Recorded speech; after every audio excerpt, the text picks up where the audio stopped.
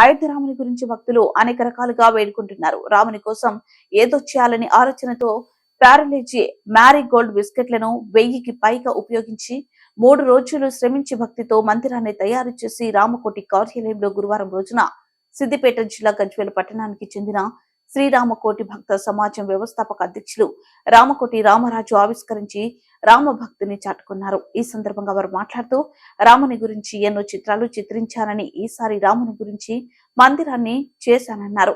రామనామాన్ని మించిన నామం మరొక్కటి లేదన్నారు. నేడు భారతదేశం అంతా కూడా రామనామంలో మునిగి తేలడం రామ భక్తికి నిదర్శనమన్నారు.